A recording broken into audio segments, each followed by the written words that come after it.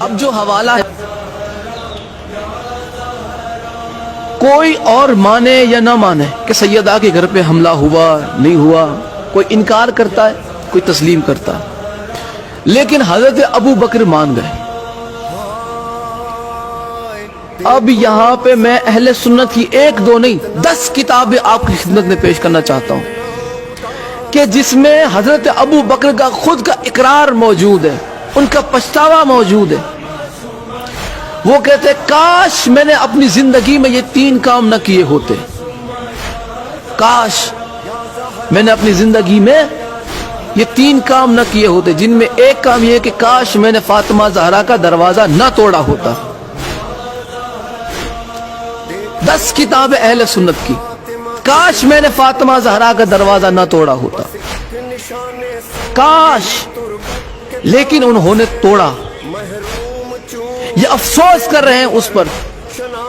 رسول اللہ کی شہزادی غضبناک ہو کر ان سے دنیا سے گئی۔ پہلے آپ وہ 10 کتابیں ملاحظہ فرمائیں۔ پہلی کتاب ہے تاریخ تبری، جلد 2 صفحہ نمبر 205۔ دوسری کتاب ہے مروج الذہب، جلد 2 صفحہ نمبر 236۔ تیسری کتاب ہے میزان الاعتدال، جلد 3 صفحہ نمبر 109۔ چوتھی کتاب کنز العمال، جلد 5 صفحہ نمبر 632۔ پانچویں کتاب تاریخ مدینہ تو دمشق، جلد 30 صفحہ نمبر 418۔ چھٹی کتاب معجم الکبیر، جلد 1 صفحہ نمبر 62۔ ساتویں کتاب تاریخ اسلام امام ذہبی کی، جلد 3 صفحہ نمبر 118۔ آٹھویں کتاب عقد الفرید، جلد 5 صفحہ نمبر 21۔ نویں کتاب الامامت والسیاست، صفحہ نمبر 31۔ اور 10ویں کتاب احادیث المختارہ، جلد 1 صفحہ نمبر 89۔ 10 کتابیں اہل سنت کی کہ جس میں یہ بات نقل کی گئی کہ حضرت ابو بکر نے آخری وقت میں یہ پچھتاوا اظہار کیا کہ کاش میں یہ کام نہ کرتا۔ وہ مانتے تھے کہ انہوں نے سیدہ کے در کو توڑا تھا، یہ مانتے تھے کہ انہوں نے سیدہ کے دروازے کو آگ لگوانے کا خود ہی حکم دیا۔ یہاں پہ خود حضرت ابو بکر کا جرم ان کی زبان سے قبول ہوتا نظر آ رہا کہ یہی تھے، اور میں اہل سنت کی کتاب الامامت والسیاست کے حوالے سے بتا چکا، اس کتاب کی توثیق بھی آپ کی خدمت میں پیش کر چکا کہ الامامت والسیاست اہل سنت کی معتبر ترین کتابوں میں سے ایک ہے۔ اب ہمارا کسی کو منوانے کا کوئی شوق نہیں کہ تم مان جاؤ، تمہیں تمہاری اماں کی قسم، تمہارے عقیدے کی قسم، نہیں مانتے نہ مانو۔ تم کون سی ہماری قبر میں آؤ گے یا ہم کون سی تمہاری قبر میں آنے والے؟ ہماری قبر میں بھی اہل بیت آنے والے ہیں، آپ کی قبر میں بھی اہل بیت آنے والے۔ آپ وہ اعمال جمع کیجئے کہ جس کے عوض آپ اہل بیت کی بارگاہ میں منہ دکھا سکے۔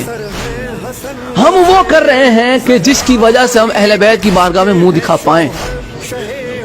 اہل بیت کا حق جھٹلا کے تم بارگاہ رسول خدا میں کھڑے رہ پاؤ گے؟ کس منہ سے کھڑے رہو گے رسول اللہ کی بارگاہ میں؟ کیا منہ دکھاؤ گے؟ ہمیں آپ کا تو نہیں پتا، ہمیں ہماری آخرت کی فکر ہے، اور ہم جانتے ہیں کہ آخرت میں جس کا دبدبا ہے، ہم جانتے ہیں کہ آخرت میں شفاعت جن سے ملنی ہے وہ صرف اور صرف ذات محمد اور اہل بیت محمد ہے۔ صحابہ کو بھی اگر نجات چاہیے تو آل محمد کے در پہ ہاتھ پھیلانا پڑے گا، امتی کو بھی نجات چاہیے تو اہل بیت کے در پہ ہاتھ پھیلانا پڑے گا۔ اہل بیت کی حقانیت کو جھٹلا کے تم کون سے امتی رہ جاتے ہو؟ پھر تم میں اور یزید میں فرق کیا رہ جاتا ہے؟ تم میں اور ابو سفیان کے کردار میں فرق رہ کیا جاتا ہے؟ کیسے ہو تم مسلمان؟ سرکار عمران کو کافر کہہ کے ایسا سینہ چوڑا کر کے چلتے ہو۔ تم میں اور معاویہ میں فرق کیا ہے؟ تم میں اور ابو سفیان میں فرق کیا ہے؟ تمہارے اسلام سے اسلام کو فائدہ کیا ہوا؟ تمہارے مسلمان ہونے سے اسلام کو فائدہ کیا ہوا جبکہ تم سرکار عمران کو کافر مانتے ہو؟ کون سا فائدہ پہنچاتے ہو تم اسلام کو؟ ایسے مسلمانوں سے اسلام کے کھلم کھلے دشمن اچھے ہیں۔ یہ آستین کے سانپ ہے۔ جس طرح اس زمانے میں اس دور میں آستین کے سانپ ہے، ویسے ہی اس دور میں بھی آستین کے سانپ تھے۔ کہ جنہیں آج بھی مسلمان سانپ ماننے سے انکار کرتا ہے. اہل بیت پہ ظلم کرنے والا مسلمان نہیں، اہل بیت پہ مصائب ڈھانے والا صحابی نہیں، اہل بیت سے محبت کرنے والا صحابی ہے، اہل بیت کے در پہ اپنا سر جھکانے والا سچا صحابی ہے.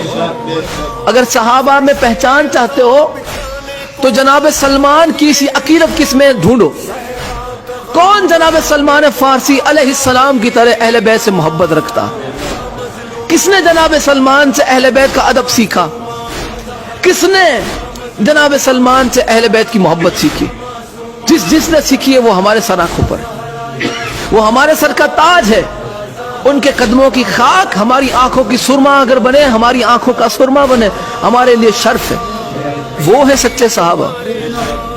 آپ انہیں صحابہ ہمیں منوانے پہ تلے ہوئے ہیں کہ جن سے رسول اللہ کی شہزادی غضبناک ہو کر دنیا سے گئی. ہم سے نہ مانا جائے گا.